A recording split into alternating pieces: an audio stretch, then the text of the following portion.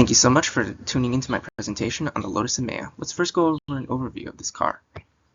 So to begin, the Emeya is a luxury electric hyper GT from Chinese-owned and British-managed Lotus. Aimed at premium drivers, this means that the price point is going to reflect that, coming in at about 94,950 British pounds for the base model. This translates to about 196,000 US dollars. It is an electric vehicle, which means that there's in fact no internal combustion engine inside, instead opting for batteries to directly power the motors. A Hyper GT is a type of mid-sized sedan with a emphasis on sports and performance modes. One of its main competitors, in fact, is the Tesla Model S, a similar Hyper GT.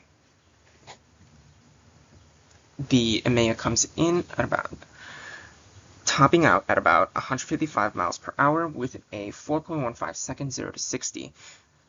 Its range is also relatively comparable to the Model S, but coming up short for a couple of reasons. Now, the Emeya actually has a pretty high battery capacity, coming in at 102 kilowatts per hour. This is comparable to other electric vehicles. However, they usually end up staying within the realm of double digits. The Emeya manages to do this via its ternary electric batteries, which are a proprietary technology that utilizes nickel, manganese, and cobalt as the primary materials for the battery itself.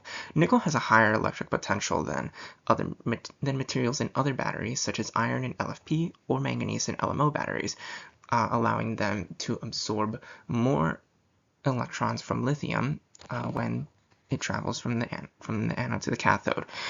Cobalt stabilizes the crystal structure of the cathode, which helps with limiting degradation and basically makes the battery last longer. Manganese is responsible for thermal regulation and reducing unwanted oxidation reactions in case the battery ends up not necessarily rusting, but something similar to that. Which also increases discharge efficiency, because the faster you can move lithium from one end of a battery to another, the faster they can release their electrons and drive the motor of the car. However, this comes with a few limitations. NiO bonds that drive the redox reactions are weaker than other batteries, which can decrease the cycling ability due to the lowered structural and thermal integrity of the cell. Cobalt and nickel are both extremely expensive materials as well, which can also drive up the cost of the delicate methods required to process them into batteries. High nickel content also increases the risk of thermal runaway, which is a safety concern, because when your batteries get too hot, things can potentially start exploding.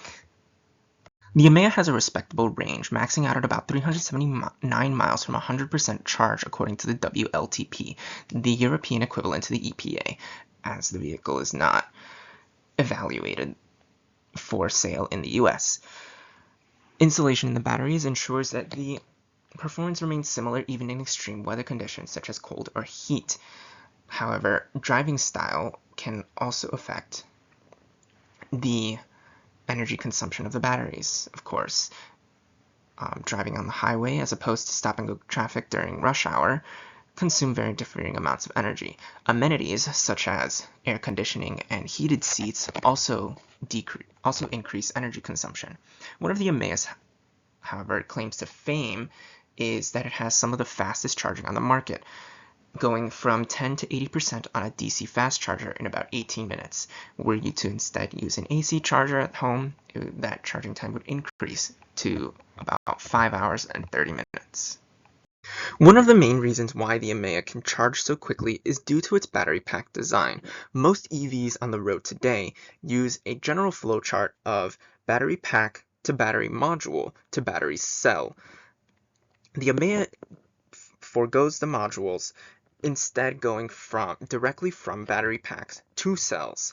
This would normally sacrifice battery capacity, but due to the design and architecture of the ternary electric battery, this downside is mitigated somewhat and allows the Emeya to max out its voltage and charge speed, increasing efficiency at the charging station.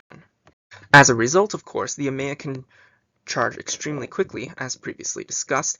The high voltage means that when you actually plug in at a charging station, you now are charging at the maximum possible speed that you can. And this pack-to-cell architecture also makes it so that it has still comparable performance in extreme conditions, as shown here in Finland, a closed course experiment that was done on the Emeya. All of this tech still comes with downsides, however. The lack of modules in the Emeya's battery packs still hurts its capacity, though it is mitigated by the ternary electric batteries. The car is also one of the heaviest on the roads today, weighing in at about 2.6 metric tons. This further reduces its range by increasing energy consumption, because the heavier something is, the more power you need to move it.